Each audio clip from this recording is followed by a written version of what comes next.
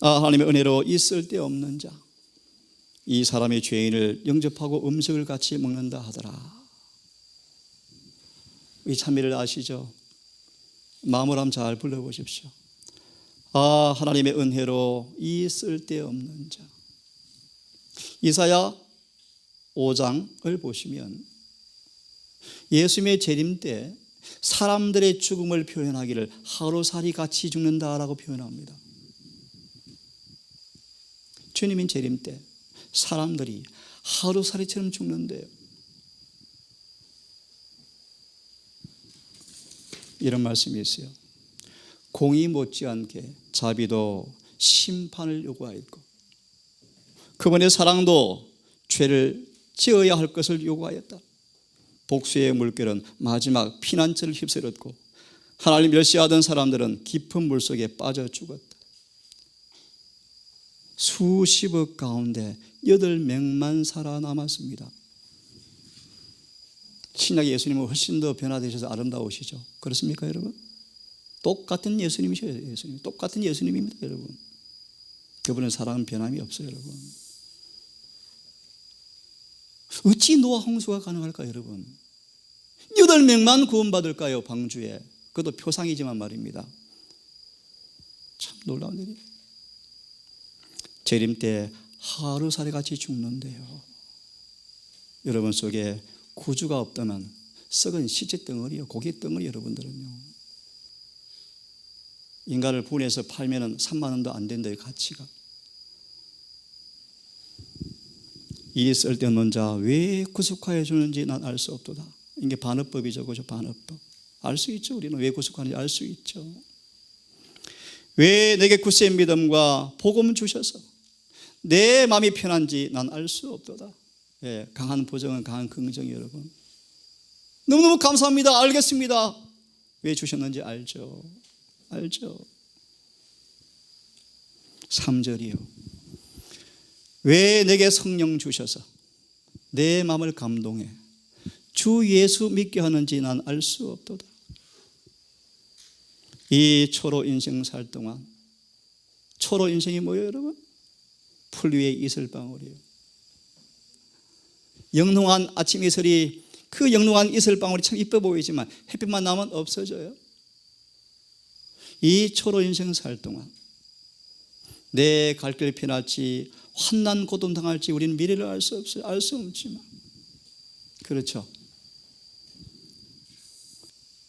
여기 우리 자매님이 이곳에 와서 같이 살게 될 줄 누가 알았습니까? 내일 침례받을 줄 누가 알았습니까? 오늘 고백합니다. 저번에 마음의 변화는 전적으로 성령의 은혜예요. 여러 번을 공부했지만 저번에 마음의 감동과 변화를 준 것은 성령이에요. 성령. 오늘도 보니까 몇 시간 앉아 말씀을 보시는데요. 내일 멋진 침례를 기대합니다. 이 초로 인생 살 동안 내 갈 길 피날지 환난 고통 당할지 알 수 없는 우리 미물에 불과한 인생이지만 우리를 사랑하셨어요. 하나님께서. 마지막 5절입니다. 주 언제 다시 오실지. 여러분 언제 오십니까? 혹낮에 혹밤에 언제 오십니까? 새벽에 오시죠. 교회에서 이건으로 말씀을 드리면 사시, 초시 1경, 2경, 3경, 4경에 오셔요. 4경에요. 4경. 3시가 지나면 오시겠대요. 3시를 묘사하기를 대부분 믿는 사람들의 믿음이 식어지는 때래요. 누가 믿음을 가진 사람을 보겠는가, 그런 때 오신대요. 푸른 장래에 성경을 볼 수 없으다가 오기 전 왈덴 시인처럼 성경을 마음에 빨리 기록해 버리세요. 주 언제 다시 오실지 혹낮에 혹밤에 주님 만날 그것도 난 알 수 없지만 후림입니다. 내가 믿고 또 의지함은 내 모든 형편을 아시는 주님 늘 돌봐 주실 것을 내가 확신하밀세. 내일 환송 예배까지 하려고 합니다. 오늘 이 말씀들은 처음 말씀을 대면한 사람을 위해 준비했습니다. 한 바리새인이 예수님을 초청했습니다. 여러분 누군지 아십니까? 아시는 분? 문둥이 시몬이요. 누구 시몬? 문둥이 시몬이 문둥이죠. 문둥병 걸렸다가 주의 무한한 긍휼로 나은 사람이에요. 미리 말합니다. 하지만 그는 죄의 문둥병을 여전히 가지고 있어요. 그런데 감사해서 예수를 초청합니다. 식사 대접하려고 초청합니다.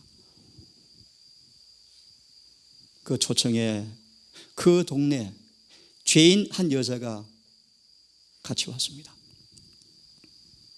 이 여인은 예수님이 죽는다는 소식을 듣고 슬퍼서 자신의 일평시 모은 돈을 다 털어서 예수의 장례를 위해서 슬퍼해서 그에게 호의를 베풀기 위해서 향유를 담은 옥합을 사서 들어왔습니다. 한참 밥 먹느라 정신이 없는 틈에 이 마리아는 몰래, 말 그대로 몰래 은밀하게 눈치 안 채게 예수 앞에 나가서 울면서 흐느끼면서 그 긴 머리털로 예수의 발에 이 향유를 붓고 머리로 씻기면서 웁니다. 그 장면이에요. 발을 적시고 자신의 머리털로 씻고 그 발에 입 맞추고 향유를 부었더라. 정말 쓸데없는 부리받은 여인이었습니다. 정말 부러진 인생을 산 여인이었습니다. 배경을 좀 보겠습니다. 마르다는 열심으로 부엌에서 음식을 만들고 있습니다. 이 마리아는 머리털로 예수의 발을 씻긴 마리아는 예수 입술을 똑바르게 바라보면서 그 말씀을 하나도 놓치지 않기 위해서 열심으로 듣고 있었습니다. 은혜로 자신의 죄를 용서하시고 오라비 나사로를 무덤에서 살려내셨고 너무 감사해서 그 감사한 마음으로 예수 앞에 쪼그리고 예수님이 나는 말씀을 하나도 떨어뜨리지 않기 위해서 그는 온 마음으로 열심히 듣습니다. 이런 마리아가 예수께서 죽으심이란 소식을 듣게 되었고 말씀을 듣게 되었을 때 깊은 사랑과 슬픔으로 예수께 경의를 표하기를 원하셨습니다. 개인적으로 크게 희생하여 예수의 몸에 부을 값진 옥합 향유를 샀습니다. 들으십시오. 많은 사람들은 예수께서 왕이 되실 때가 되었다라고 착각합니다. 얼마나 무지합니까? 11 제자마저 똑같습니다. 3년 반을 예수를 따라 동거동거했던 제자들마저도 예수께서 왕이 될 것을 기대하면서 헛된 장난질하고 있습니다. 여러분. 미리 말합니다. 마리아만 성령의 사람이었어요. 오늘날 재림교회가 재림을 기다리는데 스바냐 2장 4절을 주석해 보시면 대다수가 애곡의 날로 바뀔 거예요. 재림교인들이 재림을 철저하게 맞이하지 못할 거예요. 마리아는 너무나 사랑에 감동되어서요 예수님께 제일 먼저 영광 돌리기를 원했답니다. 옥합을 깨뜨리고 향유를 머리와 발에 부었고 울면서 무릎을 꿇고 눈물로 발을 적시고 길고 미끈한 머리털로 예수의 발을 씻겼습니다. 성령이 강건하신 행동이었습니다. 사랑으로 성리 역사하자 억제할 수 없는 감동으로 행동이 나와버렸대요. 자신의 행동이 아니었어요. 사랑은 사랑을 낳습니다. 사랑한 사람을 순결하게 만들어버립니다. 사랑은 정말 마음을 여는 사람 앞에 완전한 변화를 이루어냅니다.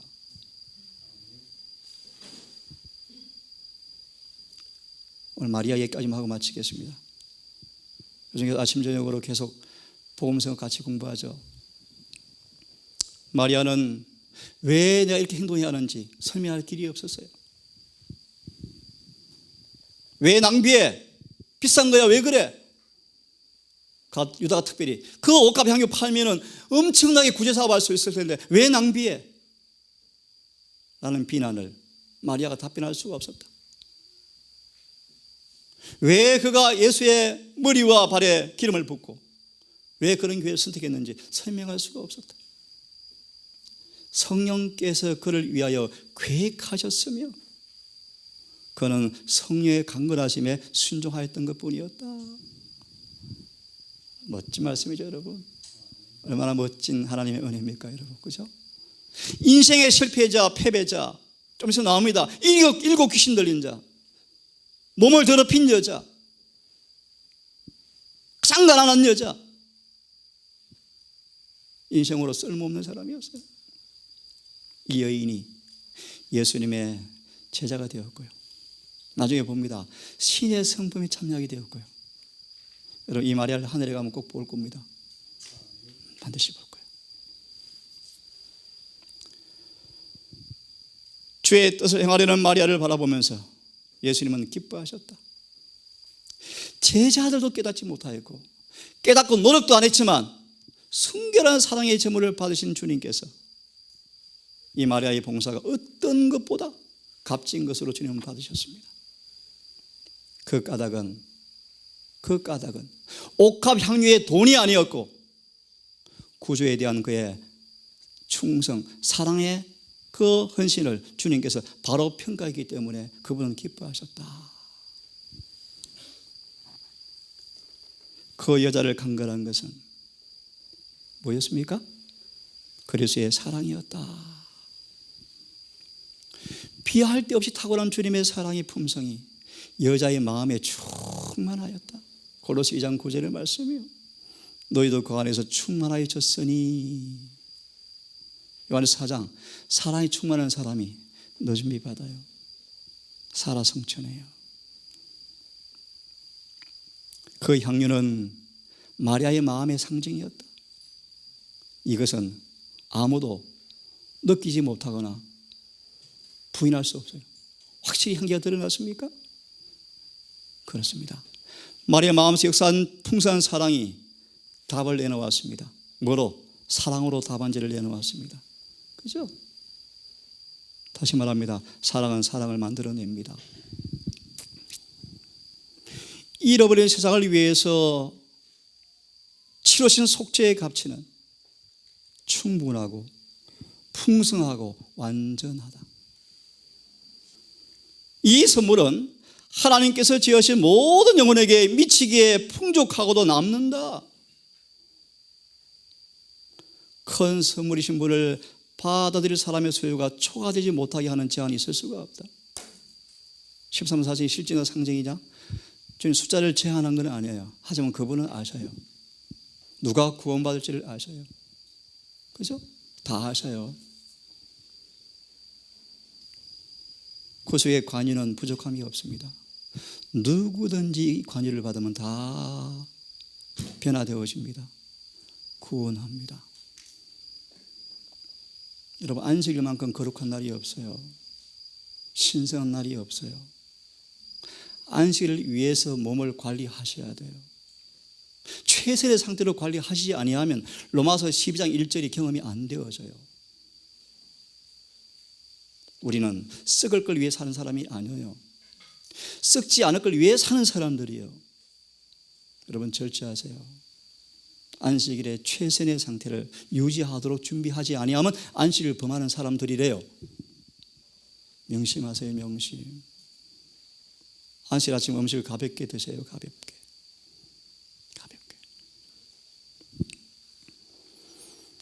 모든 사람이 다 구원을 받는 것은 아닙니다.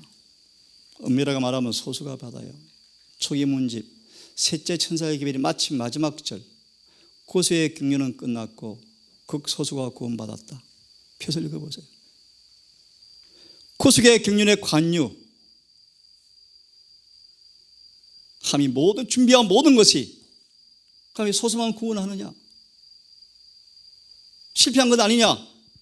라고 해서 이것이 낭비냐? 그것은 아니다. 그런 뜻입니다. 아시죠? 예수님은 우리가 한 사람이 구원받는다 할지라도 희생했을 것이다. 맞죠? 그렇게 인간의 한 영혼이 그렇게 가치가 있습니다. 여러분 같이 읽어보겠습니까? 시작. 예수께서 시몬에게 이 여자를 보느냐라고 말씀하셨다. 이것도 굉장히 깊은 의미가 있어요. 이 나쁜 놈아, 이 바보야, 이렇게 완악하고 이 배은망덕한 놈아, 너는 문둥병 환자였잖아. 네가 여자를 꼬셔서 죄짓게 했잖아. 이렇게 하고도 남지만 시몬아, 이 여자를 보느냐? 참 주님의 사랑의 모습이에요. 미리 답을 드립니다. 사람들이 눈치채지 못하게 시몬이 낙심하지 않도록 아주 부드러운 방법으로 재치 있게 시몬을 회개시키는 장면이에요. 나중에 읽어보시면 시몬이 예수님의 제자가 되어버렸대요. 읽어보겠습니다. 시작. 예수께서 시몬에게 이 여자를 보느냐라고 말씀하셨다. 이 여자는 죄인이었다. 내가 내게 말하노니 저의 많은 죄가 사해졌도다. 이는 저의 사랑함이 많음이라 사함을 받은 일이 적은 자는 적게 사랑하느니라. 마리아는 큰 죄인처럼 중보를 받은 사람이었어요. 이름난 사람이었습니다. 하지만 예수님은 왜 그렇게 그가 살았는지를 아셨어요. 그는 꺼져가는 심지였습니다. 상한 갈대였습니다. 주님은 그 영혼 속에 조그만 불꽃을 끄실 수도 있고 무관심할 수 있었지만 절망과 파멸에서 마리아를 건져주는 분이 바로 주님이셨습니다. 마리아는 그의 마음을 지배했던 7 귀신 들린 자였습니다. 주님이 그를 구원하기 위해서 7번 그 속에 있는 마귀를 책망하시는 소리를 그분이 들었대요. 이 마리아를 위해서, 이 마리아 자신을 위해서 예수님께서 아버지께 온 마음으로 기도하는 음성을 들었답니다. 예수의 흠 없는 순결을 깨닫게 되었을 때 죄가 얼마나 더러운 것임을 깨닫게 되었고 예수의 능력을 통해서 승리해 왔답니다. 인간의 안목으로 바라볼 때 희망이 없는 여인이었지만 주님은 선의 가능성을 보셨습니다. 주님은 이 마리아의 품새의 높은 나은 특성을 바라보시면서 그 속에 경륜을 내밀으시고 마리아에게 그 가능성이 실현되어야 했다고 주님께서 실험을 하셨습니다. 실험이 합격했습니다. 합격. 목사에 보는 겉면 주님의 실험실, 우리 마음을 뭐로 삼으신다? 실험실로 삼으신다. 마리아의 실험이 완성이 되었습니다. 따라하세요 여러분. 시작. 예수의 은혜로 마리아는 뭐였습니까? 베드로후서 1장 4절의 말씀이 신의 성품에 참여해버렸어요. 이것이 사랑이요 사랑. 이것이 사랑이요 사랑. 원래 거짓된 구원들이 판을 쳐요. 교회가요. 타락하여 그의 마음이 마귀의 집이 되었던 이 마리아가 구주와 가장 가까이 교제하고 봉사하는 자가 되어버렸다. 예수의 발 아래 앉아서 예수에게 배운 사람은 마리아였다. 귀중한 기름을 붓고 눈물을 흘린 사람도 마리아였다. 마리아는 십자가 곁에 있었고 다 11제자는 다 도망간 사이에 누구는요? 마리아는 늘 곁에 있었고 무덤까지 예수를 따라갔고 부활한 예수를 제일 먼저 만난 사람이 마리아였고 부활한 구주를 선포한 사람도 마리아였고 멋진 마리아의 멋진 마리아. 예수님은 모든 환경을 아신다. 그들은 나와 매우 죄가 많다고 말할지 모른다. 그들은 그럴 수가 있다. 하지만 악하면 악할수록 구주가 필요하다. 울면서 참여하는 사람을 주님은 한 사람도 그냥 돌려보내지 않으신다. 예수님은 당신이 나타낼 수 있는 모든 것을 어느 누구에게도 말씀하지 않으셨지만 오히려 떨고 있는 영혼에게 용기를 가지라고 말씀하신다. 그분께 나아가서 용서와 회복을 구할 때 모든 사람을 그분은 절거히 용서해 주실 것이다. 기도합시다. 바다를 먹물로 삼고 하늘을 두루마리 삼아도 형언할 길이 없는 아버지의 사랑, 그 사랑 알고 믿어왔지만 여전히 우리가 배은망덕한 때가 얼마나 많았고 계시록 1장 7절처럼 주님을 못 박아 죽인 때가 얼마나 많았는지 우리가 압니다. 정말 쓸데없는 자, 땅만 망하게 하는 자, 입만 무성하여 옆에 식구들을 오히려 그늘을 지워서 잘하지 못하는 자가 혹시 우리가 아는지 아버지 살피게 해 주시옵소서. 이 동산에 아버지 진리가 있노라 하지만 우리의 모습이 어떤지를 살피기 원합니다. 이사야 5장 1절과 7절의 말씀처럼 그런 슬픈 역사가 반복될까 두렵습니다. 하나님, 이 교회가, 이 동산이 깨끗하게 타오르는 횃불이 되어지고 선명하게 밝혀지는 거울이 되어서 시들어가는 세상과 교회 위에 죄의 재림을 준비시키는 심부름꾼이 되기를 원합니다. 아버지, 우리 모든 가족들 오늘 쓸데없는 한 여인을 변화시키시고 구원하신 사랑을 우리가 보고 들으면서 이 안식일에 정말 감사와 기쁨 충만케 하시고 특별히 한 여종을 아버지 인도하셔서 귀한 섭리로 이제 내일 온 하늘 앞에 하늘의 관문인 침례식을 결심하게 하신 아버지 감사합니다. 이 딸의 심령을 성령님 날마다 인쳐 주시고 영원히 변하지 않는 사랑으로 이를 변화시키시며 의로 옷 입히시고 무한한 성령의 기름으로 부어주셔서 하나님의 선교사가 되게 해주시고 남은 생에 정말 친구와 동역을 통하여 멋진 인생을 사시다가 주님 재림의 그날 흠도 점도 없는 여인의 모습으로 주님의 신부의 모습으로 설 수 있도록 인도해 주시옵소서. 오늘 이곳에 아버지 우리 민진이와 또 우리 자매 이곳에 있습니다. 주님께서 아실지언데 그들의 심령 가운데 말씀하실 때 듣게 하시고 마리아처럼 응답케 해 주시옵소서. 다시 한번 동산을 불쌍히 여기시고 주의 뜻이 반드시 이루어지게 도와주시옵기를 사랑 많으신 예수님 이름 의지하여 기도드리옵나이다.